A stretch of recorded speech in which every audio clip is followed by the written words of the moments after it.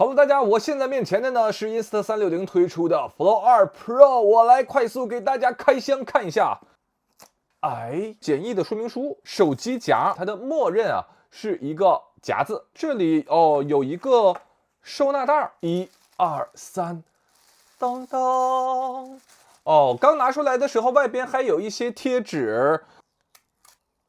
好了，大家可以看一下，它的體積還是非常小的。我把我自己使用的 iPhone 16給大家放在旁邊做一個對比。右邊這款呢是灰色，左邊這款呢是白色。灰色它肯定更耐髒，但相比之下，我覺得白色會更好看一些。這款穩定雲台最有趣的一個點就是支持了蘋果的 Docket。Docket 呢是蘋果推出的一個面向自拍雲台穩定器的這樣一個接口，其實已經推出9個月的時間了，但這是我第一次深入的體驗了解，我覺得簡直打開了一個全新的世界。所以今天視頻呢，我快速帶大家過一下這款穩定雲台非常有趣的9個點。第一個點就是配對兒。大家知道傳統的這種自拍穩定雲台啊，你首先需要打開這個設備，然後打開藍牙，對不對？然後選擇藍牙，然後再進入那個相對應的 App， 選擇連接，才能夠完成對接。但是在擁有 Docket 之後，大家知道Flow 2 Pro 它是怎麼配對的嗎？我只需要輕觸，然後輕點就完成配對了。第二個想和大家分享的點就是這個夾子，不知道大家有沒有注意到，它存在的一個問題就是它經常會因為前後左右夾的不均勻導致不夠平。而 Flow 2 Pro 除了這種夾子之外，官方還有一款支持 MagSafe 的磁吸背夾，只需要在這種情況下我就可以直接給它這款穩定雲台第三個我覺得很有趣的點就是它對於單手操作的優化。這個環節我自己之前在使用穩定雲台中的一個痛點吧，就是很多時候我想點亮這款手機的時候，我還需要雙手操作，就我需要先點亮一下它的屏幕，然後再點一下這個進入相機，它才能夠開始拍攝。大家可以看一下，現在這個手機界面是一個鎖屏狀態，對不對？我只需要按下這個錄製按鍵，大家注意，看到了嗎？就自動打開拍照界面了。如果我長按這個按鈕，它就進入視頻錄製了，看到了嗎？然後如果我再按一下，它就結束錄像，然後自動的返回到拍照界面了。也就是說，以前你需要2隻手來進行的操作，現在只需要1隻手完全可以實現了。第四個有趣的點呢，就是這款穩定雲台可以直接通過小手旋轉來實現不同方向的切換。它的這個橫豎旋轉特別的絲滑，就是只要你稍微輕輕的施加一個力，你首先會感到有一點點阻尼感，然後馬上就旋轉過去了。大家感受一下。當然了，如果你單手操作的時候，也可以通過雙擊來進行單手的切換。這款穩定雲台第5個有趣的點就是我可以直接通過滾輪在默認的相機應用當中實現快速的變焦，而且大家再次注意啊，它是在 iPhone 默認的 App 中操作，也就是說你不需要打開 Insta360的 App 就能夠實現。換句話說，從我的手機熄屏到點亮屏幕，到進入相機，到切換焦段，再到按一下是拍照，或者說按住鬆手是錄制視頻，整個過程我單手操作就可以完成，另一只手可以完全的解放出來。2.5，我個人還是最喜歡使用默認的相機 app， 一個是布局很合理，一個是操作很熟悉，第三個就是拍攝的內容非常穩定，值得信賴。也是這幾點加在一起，我可以通過Flow 2 Pro 直接使用默認的相機，對我來說非常友好。不過我自己在使用Flow 2 Pro 過程中遇到的一個問題啊，就是它的這個滾輪和拇指在一定程度上會容易出現誤觸。大家可以看一下，我現在是一個正常的握姿去握持這個手柄，然後我就發現呢，當我去旋轉這個手柄的時候啊，我的拇指就很容易和這個滾輪產生接觸，從而實現這個畫面的變焦啊。有的时候本來想定在1倍的，然後拍着發現怎麼變成1.5倍了。說回這款穩定雲台，第6個好玩的點，也是我認為這款雲台它核心中的核心，就是可以在默認相機 App 當中，一旦識別出有人臉，它就可以實現智能追蹤。你可以理解為雲台版的人像居中。現在這個狀態呢，你是可以隨便去旋轉這個自拍杆的，對不對？如果這個時候我單擊這個扳機鍵，大家看一下，這時候它會有綠色的這個呼吸燈閃爍，就說明你已經進入視頻錄製狀態了。我現在站起來，看到了嗎？它在跟隨我的腳步來自由的移動。比如說你想去做一個探店，对不对？那理論上來說啊，你只需要一個人，然後你找一個平坦的平面，把這個架子放在那裡，然後你就可以在這個架子面前來自由的移動。因为大家注意啊，这款自拍杆它是支持360度旋转的，也就是说，即使我现在转到一个非常大的角度，它也可以对我进行这种自动的追踪。我觉得这一点要比我之前使用的一个老款的自拍杆好太多了。我认为在日常拍摄当中呢，360度繞圈走这样的镜头其實非常少，但是它的價值其實是在於沒有限位，也就是說你不需要擔心雲台擺放的角度，你想怎麼走就怎麼走。這款雲台第7個我認為很有趣的點，就是它終於讓 iPhone 後置鏡頭跟拍實現了可能。我認為相比於那種比如單鏡頭的運動相機啊，使用 iPhone 這樣的設備，它進行雲台穩定跟蹤有2個最大的優點，一個就是它有一個大屏幕預覽，對不對？第二個就是後置鏡頭的多焦段切換，它可以超廣角，它可以主鏡頭，它可以長焦。我們還是先開啟人像追蹤。哎，大家可以看一下，現在呢，就是我通過超廣角鏡頭來對我的人像來進行一個追蹤。大家可以看一下這個畫質啊，感覺怎麼樣？好了，我現在呢是使用eBay的主鏡頭，然後我們來看一下它的追蹤效果。然後我快速的移動一下，大家看一下它能否追蹤到我，對不對？我覺得還可以。我如果不露臉啊，我使用側臉或者後腦勺來移動，它是否能夠準確的追蹤？能看到嗎？大家現在看我這個是在追蹤嗎？因為我現在看不到鏡頭啊。怎麼樣？好了，我現在給大家測試一下使用5倍鏡頭長焦來實現的一個追蹤。就像我剛才提到的 ，iPhone 它相比於這種雲台相機，它最大的一個優勢就是它有前後4顆鏡頭，你可以在不同的焦段之間變化。大家現在可以看一下5倍長焦追蹤的一個效果。我現在呢稍微移動一些。我自己測試的過程感覺5倍長焦它的追蹤的速度啊，會比1倍和2倍稍微慢一些。假設在它人像追蹤的過程中，中間出現了比如說像樹幹這樣的遮擋物，那麼在遮擋之後，它是否還能夠順利的完成追蹤？好了，現在來到第一個，這是一個電線桿，怎麼樣？好像還在追蹤，對不對？現在來到一個樹了，我們現在就走過來。哦，追蹤過來了。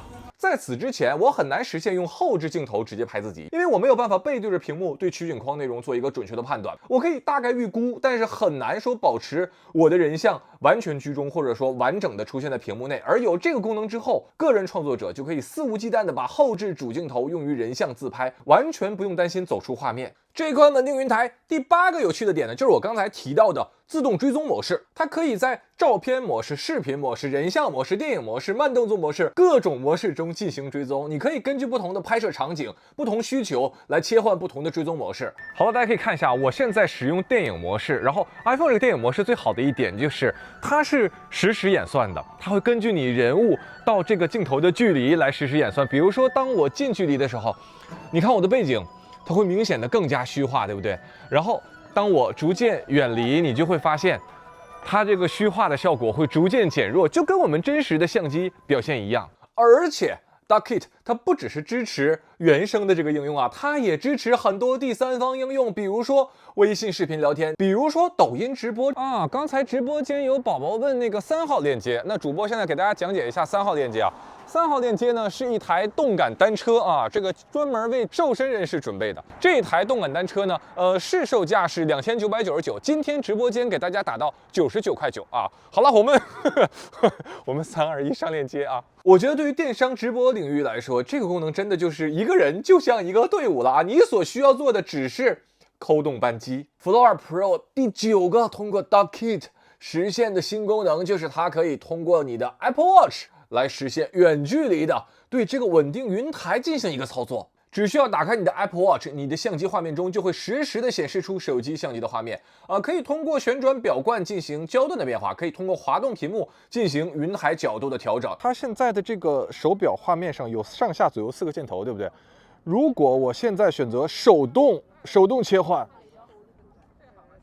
你看了嗎？我是可以手動來進行調整這個畫面的，可以按2下箭頭實現快速的前後翻轉。說起來，我用了這麼多年的 Apple Watch， 我都不知道有這麼一個功能。當然 Apple Watch 這個功能我自己使用了很多次啊，它的傳輸速度還不夠快。經常有的時候，比如說我在這兒點按操作發出去可能幾秒鐘之後吧，它才会響應。所以這個功能呢，我覺得算是一個很新奇的功能，但目前還不算是一個很好用的功能。以上這9個功能就是我在使用 Flow 2 Pro 過程中一些新發現、新體驗。我覺得這個最好的一點就是它通過 DockKit 把這個自拍穩定雲台和 iPhone 和 Apple Watch 進行了系統層級的打通。如果你本身是一個 iPhone 用戶，如果你本身恰好又是一個內容創作者，如果你也像我一樣正在因為自己一個人而沒有辦法使用後置鏡頭很好的對焦，那麼 Flow 2 Pro 真的就是一個很好的 AI 機器人小助理。今天视頻的第2部分呢，我再分享一下這款自拍穩定雲台其他的一些有趣的點。第一個就是剛才我們提到的那個 DockKit 和蘋果 iPhone 手機進行系統層级打通的追蹤，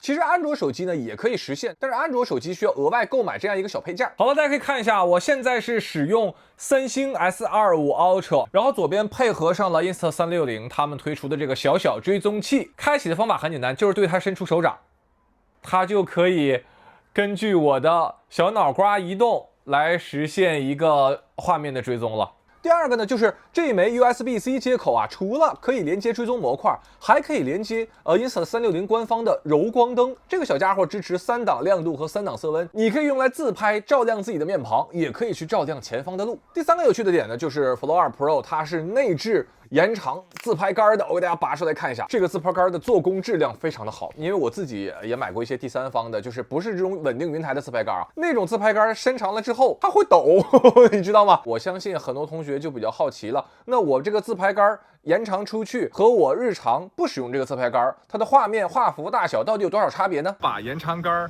延長到最長，然後也是伸直手臂來進行一段前置鏡頭的自拍，大家可以看一下，現在我的臉佔比大概是多少？第4個其實就是剛才大家已經看到的，它下方呢有一個穩定三腳架，然後比如說你身邊有一些平面，對不對？你就可以把這個雲台放在那個平面上。我自己在使用這個三腳架的時候，我給 Insta360提個建議，就是它在往回收納的時候啊，不是那麼好收。第5個有趣的點就是剛才有的同學說，哎，你這個 Apple Watch 遠程遙控倒挺好，但我如果沒有 Apple Watch，那這個功能不就浪費了嗎？實際上，只要你和你身邊人，比如說親戚朋友，或者你恰好有2台手機，那麼你可以進入 Insta360它那個 App 裡邊，通過另一台手機去操控這個穩定雲台。手機的標誌，我點擊它，去掃這個二維碼。這種情況下，我的2台 iPhone 就打通了，然後我就可以通過控制這台手機